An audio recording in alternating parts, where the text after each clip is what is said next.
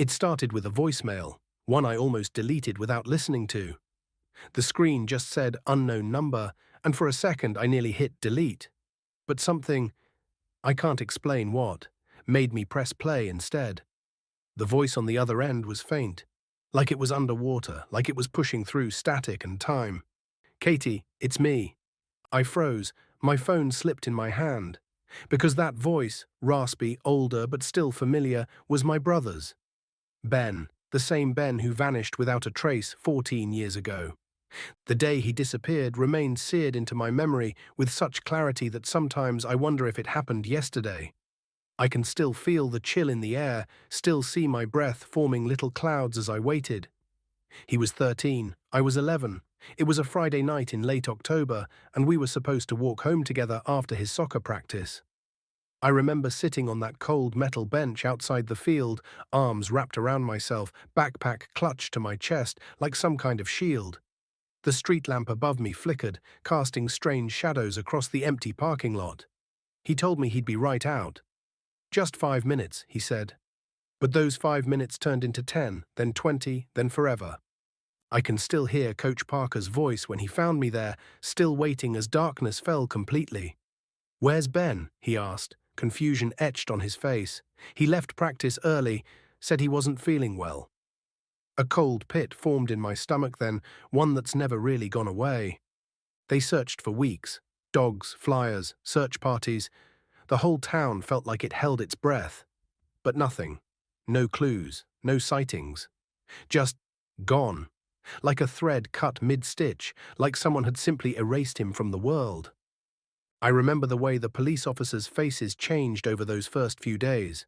From reassuring smiles to tight-lipped concern to something worse. Resignation. One detective, Officer Mercer, she stayed longer than the others. She had kind eyes that somehow made me feel both better and worse. Sometimes, she told me one night, when she thought I couldn't hear, it's like they just walk between raindrops and disappear. Our parents broke down in different ways. My mum stopped playing music in the house. She used to sing all the time, in the shower, while cooking, folding laundry. After Ben, the silence became so heavy you could feel it pressing against your skin. My dad started drinking coffee at 3 a.m., pacing the hallways like a sentry. I'd find him standing in Ben's doorway, just staring. Every drawer in our house was filled with candles he'd light during blackouts. I think he hoped maybe Ben would follow the light back home, like a lost sailor guided by a lighthouse. I think the hardest part wasn't the not knowing, though that was unbearable. It was watching hope slowly drain away from everyone else while I clutched onto it with bloody fingernails. Years passed. People forget, or they pretend to. They stop asking. They start avoiding your eyes when they see you at the grocery store.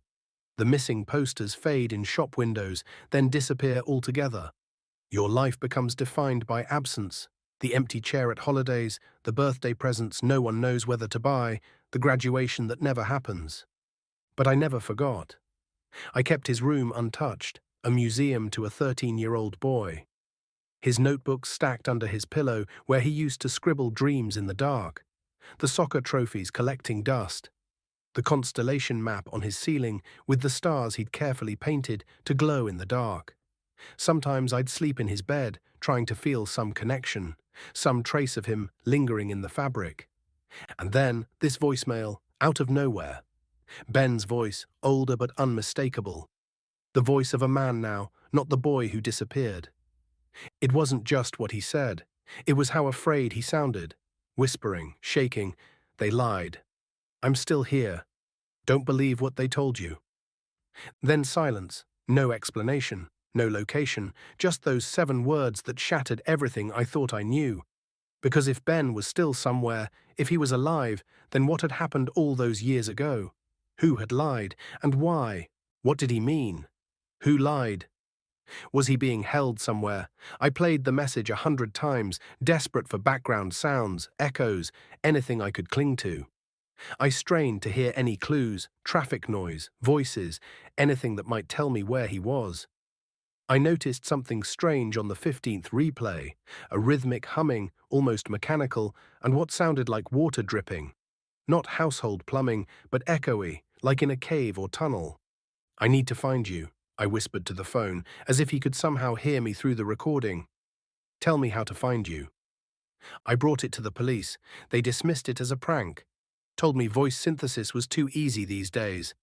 Detective Simmons, not Officer Mercer, she'd retired years ago, leaned back in his chair and looked at me with this expression of practiced sympathy that made my skin crawl. "Miss Lawson," he said, "I understand how badly you want this to be real, but you have to consider the alternatives. There are some cruel people out there who might target families of missing persons." But they hadn't heard it, really heard it, hadn't heard the way his voice caught on my name, the same way it used to when we were kids and he was trying not to cry. That slight stutter on the K that no computer could fake. That voicemail pulled something loose inside me, like his voice was a thread yanking at everything I'd buried to survive. The careful walls I'd built, the normalcy I'd forced myself to live in, it all came crashing down. I couldn't sleep, couldn't eat. My mind raced with possibilities I'd forced myself not to consider for years. I started going through his old things, his drawings, his stories. The detective's dismissal had lit something in me, a determination I hadn't felt since those first desperate months after Ben disappeared. If no one else would look for him, I would. Again. And that's when I noticed something I'd missed before, something that had been there all along, waiting for me to see it. In one of his notebooks, a story.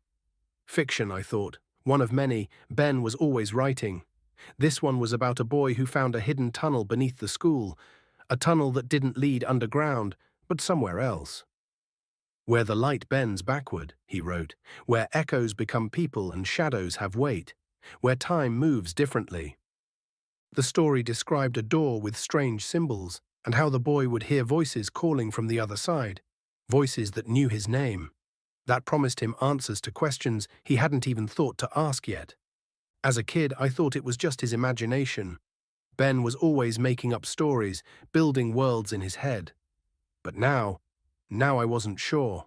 Because on the last page, in handwriting that looked rushed, almost frantic, he'd written, "I found it, it's real, under the old gym, don't tell anyone."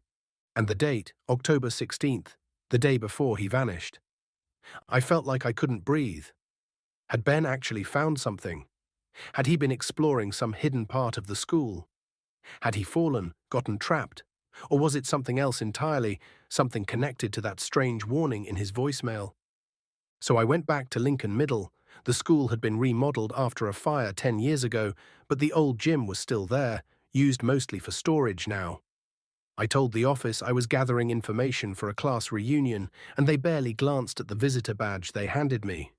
Somehow, my legs just knew where to go, like they remembered a path I'd never consciously taken. Around the equipment shed, past the rusting bleachers. The back wall of the gym had always been partly concealed by stacked gym mats and broken equipment. And behind that wall was a vent, square, heavy, and just slightly open. A maintenance access point that wasn't quite closed. It wasn't on any of the old blueprints I found online. It shouldn't have been there at all. My heart hammered against my ribs as I stood there, staring at it. Was this what Ben had found? Had he crawled through here, thinking it was an adventure, never to return? Or was this how he'd accessed whatever he'd written about, that impossible tunnel where light bends backward? I couldn't investigate properly with school in session. So I came back at night, flashlight in hand, wearing dark clothes and carrying a backpack with water, protein bars, and a first aid kit. I didn't know what I was preparing for, but something in me knew I needed to be ready. The night was moonless, the school grounds empty and silent except for the distant sound of cars on the highway. I crawled in that vent like I was 12 again, chasing Ben's laughter down the hallways. The metal was cold against my palms and cobwebs clung to my hair. The air turned cold, fast, and deeper in it smelled like wet stone and dust, like time hadn't moved, like this space existed outside the normal flow of days and seasons. The vent should have connected to the HVAC system, should have been a simple maintenance tunnel. But after about 20 feet, it changed. The metal gave way to rough stone, like the vent had been built to conceal something much older. I had to crouch lower, the ceiling descending until I was practically crawling. Then I found it. A door. Real, metal and sealed shut. Not modern, it looked ancient, the metal discolored with age, the hinges massive and rust-flecked. Carved into the center was a shape I'd only seen in one place before, in the margins of Ben's notebook, scribbled again and again. A symbol like an eye with a spiral for a pupil. My flashlight beam trembled across its surface. There was no handle, no obvious way to open it. I pressed my palm against it, feeling a strange vibration, almost like a humming coming from inside. I knocked. 3 times, my knuckles stinging against the cold metal. The silence on the other side was thick, until a whisper answered. Katie. It wasn't from a speaker. It wasn't an echo. It was right on the other side of the door. A voice I would recognize anywhere, even after 14 years. A voice that had grown older, just as I had. I should have run, but I didn't. My hand pressed flat to the metal. It was vibrating more strongly now, like something was trying to come through. Like reality itself was thinning at this barrier. Ben, I whispered back, my voice breaking. Ben, is that you? How do I open the door? How do I get you out? Then the whisper changed, urgent now. It's not safe. Don't trust them. They're not what they seem. I begged for answers. Who was keeping him? Why hadn't he come back? What had happened 14 years ago? But all I got was the same warning, his voice fading in and out like a bad connection. They're watching. They see light. Light is how they find you. Suddenly, a loud metallic bang rattled the tunnel. Like something massive had slammed against the walls, I panicked, dropped my flashlight, the beam spun and blinked out. In the perfect darkness, I felt something change in the air, a pressure, a presence. And just before I turned to run, I swear I saw something tall and still, watching me from the shadows. Not human-shaped, but wrong somehow, elongated, and where eyes should have been, only deeper darkness. I ran, scrambled back through that tunnel so fast my knees and elbows were bloody by the time I emerged. I didn't stop running until I reached my car, and even then I felt like something was right behind me, breathing down my neck. I never found that tunnel again. I've gone back dozens of times, but the vent's gone, bricked over, like it was never there. I even tried bringing a sledgehammer once, in the dead of night, thinking I could break through, but the wall sounded solid all the way through. No hollow spaces, no tunnels, no doors. But the messages didn't stop. Every few weeks, another voicemail, each shorter, each more broken, like he was fading, or like something was pulling him deeper. Sometimes just my name, sometimes warnings that cut off mid-sentence. Don't go to the, or they're coming through the. I tried calling the number back, but it never connected. I tried tracing it, but according to every expert I consulted, the number didn't exist. It came from nowhere, from a place between places. I became obsessed with Ben's notebooks, reading every story, looking for clues. Many of them featured doors, tunnels, passages to other places. Had he been trying to tell me something even back then? Had he known something was coming for him? In one story, he described beings that lived in the walls of old buildings. They're made of the spaces we don't look at, he wrote. They feed on forgotten things, on people that slip through the cracks. Another described a world parallel to ours, identical except that everyone had been replaced by something that looked almost, but not quite, human. The copies don't know they're copies, he wrote. They think they're us. Only the reflections tell the truth. Was Ben trying to warn me about something even then? Or had he somehow, impossibly, known what would happen to him? The last message came 2 months ago. It wasn't even clear speech, just 3 soft knocks, like knuckles on wood, like he was trying one last time to reach through whatever barrier separated us. After that, silence. No more calls, no more whispers. Nothing. I've started seeing things from the corner of my eye, tall, still figures standing in doorways that disappear when I turn to look. I've woken up to find all the mirrors in my apartment covered with towels. But I don't remember covering them. Sometimes I hear knocking from inside my walls, soft and rhythmic. Sometimes I dream I'm back in that tunnel, but I'm not alone, and the thing behind me is getting closer. I don't know if Ben's alive. I don't know if he's trapped or changed, or somewhere that doesn't fit into what we call real. I don't know if I'm losing my mind, creating connections where none exist, desperately trying to find meaning in his absence. But I know this: his voice was real, his fear was real, and somewhere out there, he's still calling. Still trying to come home, or trying to warn me about something that's already here, already watching. I've started writing everything down, just like Ben did. Recording every strange thing, every dream, every shadow that moves wrong. I've left copies with friends, with my therapist, even sent one to Officer Mercer, though I don't know if she'll remember me. Because I think something's coming for me too. I think it always was.